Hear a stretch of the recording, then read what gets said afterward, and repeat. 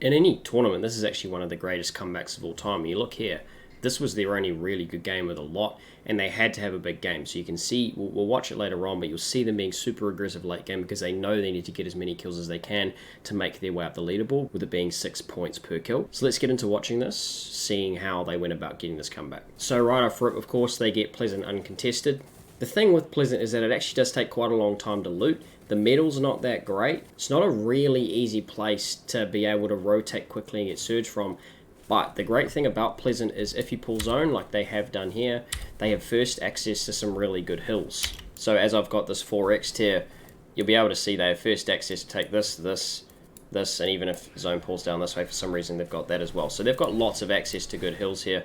They've also got a guaranteed car, which of course is really important to making quick rotation. And it's also one thing that Clix has shown in the past. He knows how to rotate if he's got a car. So straight away looking to ensure that they secure this drop here. Now of course, this is pretty aggressive. We know that these guys are probably one of the best fighting duos in the world. So these guys alphaing this up does not surprise me in the slightest. They'll get a good gun out of it and get a guaranteed pad, so some more movement later on. So they did leave Pleasant really early. You see here only 370 builds on Clix, 37 on Deyy. So you can see here there's these hills that are really good surge hills are still untaken, and that is why Pleasant is a really nice spot. Another reason of course for them rotating down towards the bridge that early is to ensure that they get a parasite. Looking for a little sneak move on here, but these guys pick up a car. They'll hit a bit of surge on them, but that's it. And again, that's another real powerful thing about cars. And now they have left this rotation a little bit too late, and this hill that they usually will always get access to has been taken by a V. The zone does hook right up to the right of zone. So I think what they maybe should have done is, instead of rotating down here and looking for that drop like they did, potentially looking to get on here early and looking for surge on those teams that they've looked to fight all the way up here. So now they're going to be entirely relying on what they get in second zone for surge. I've said that that's not a terrible thing before, but ideally you get a little bit of something, especially when these games get stacked. So these guys looking to close in on Knack and Hov, a couple of West players. Let's have a look how they do this. So looking for 2 angles. This just isn't a great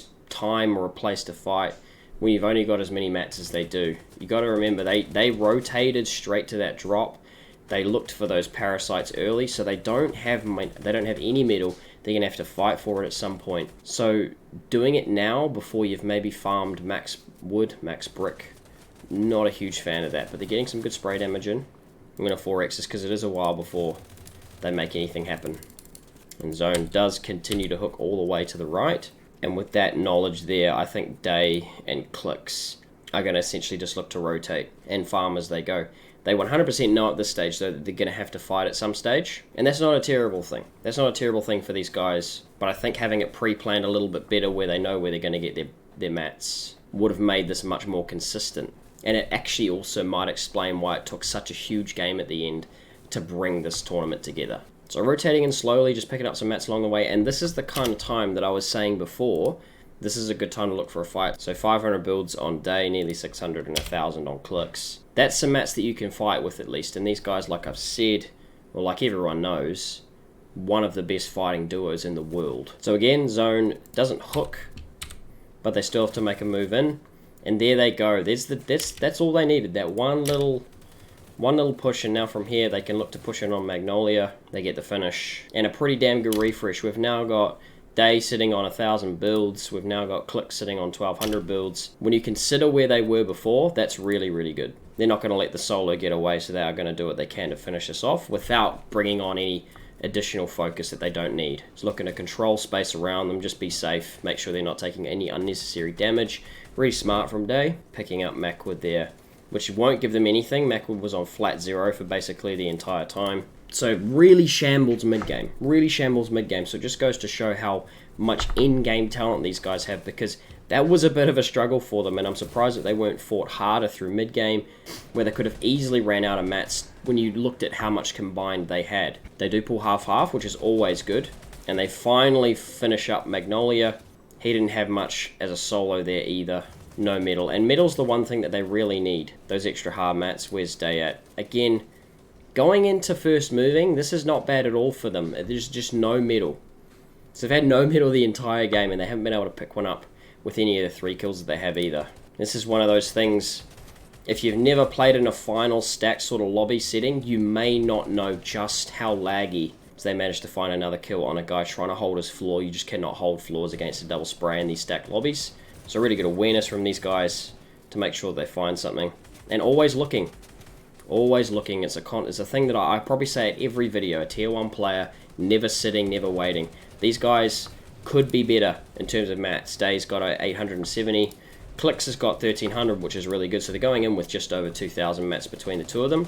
So that's really decent going into late game, but it could be better. And always staying, always looking. That's one of the things that I think Arkham has led to, especially in the half-half zone. The absolute confidence to know that you can send a refresh, probably get it a lot of the time, is really impressive, that confidence. So now, of course, these guys go on an absolute tear late game. I'm going to try and break that down, but at some points, we are just going to have to accept that these guys are just some of the best players in the world, and that's why they're able to do the things that they can do. Try and see if there's any replicable parts of what they do. That's how I think we're going to learn from these guys. So first moving, they pull as well. So another thing to note, they landed pleasant and they had really terrible mid-game zones, but when it came to late game, which is obviously probably more influential, they pull half-half and they pull first moving. So a couple of really nice starts to them for in-game. Clix taking his time here, always checking his head. The late pad just means that they can take it easy. So because they pull first moving, they basically get in on 0 builds and 1 pad. So if we look over at Clix, still got 109 builds. Dey's still got 91. So heaps of materials between the two of them, and they haven't had a refresh here on first moving.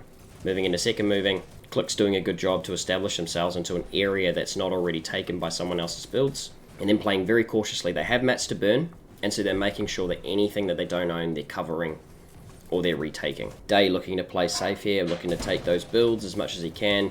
Gets a kill on to Gage, a finish, and here is where the snowball starts. Here is where these guys say, okay, we need some kills here. We need some kills if we're going to move up the leaderboard. Zone pulls back, so they're able to sort of sit here and wait. Gets the kill on Illust, just spraying back. And then, because they're going back through their old tarp, the stuff that they already own, the people who are playing shambles around that are easy pickings for them. And that goes to show the importance of what they did earlier about looking to retake. Clix looking to play aggro here. Fully boxed again. The idea of just controlling space, and they're doing this really early. They're doing this really, really early. This third moving's about to close here. Looking to just take everything, and they've got the mats to do that as well. And that's the importance of getting refreshes through moving zones. If you're able to get those kills, get those refreshes, you're able to be a little bit more expansive about what you take as you're moving through old builds. You're not having to rely and pray that those guys aren't going to open up builds on you. So you know, the jokes and the renaming about piece control for Deyy and all of those top tier players at the moment, it really does matter, not just for fights, but for in-game in general. Having space means easier refreshes. Easier refreshes means more safe and consistent plays late game. So they pick up another 2 simply because they own space. Clix continuing to move ahead here. So the piece control kings making it look easy simply because they're able to find those refreshes early, and it snowballs into easier and easier refreshes. They jump on Skittles together.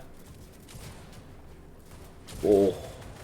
Nut pieced up by Deyy, and that, again, like I said, sometimes you can't break it down. Sometimes people are just better, and these guys are proving why they are just better. Even if it's not that centered, commandment, edgy, low ground style, if you're controlling space in late game, it's going to become much easier for you to look for those refreshes and continue on into your space. The thing is, it's a trade-off. Do I spend the mats here to look for the refresh now, or do I do it later? That trade-off worked for them here, and that's why they were able to find those 14 elims and make their way into third.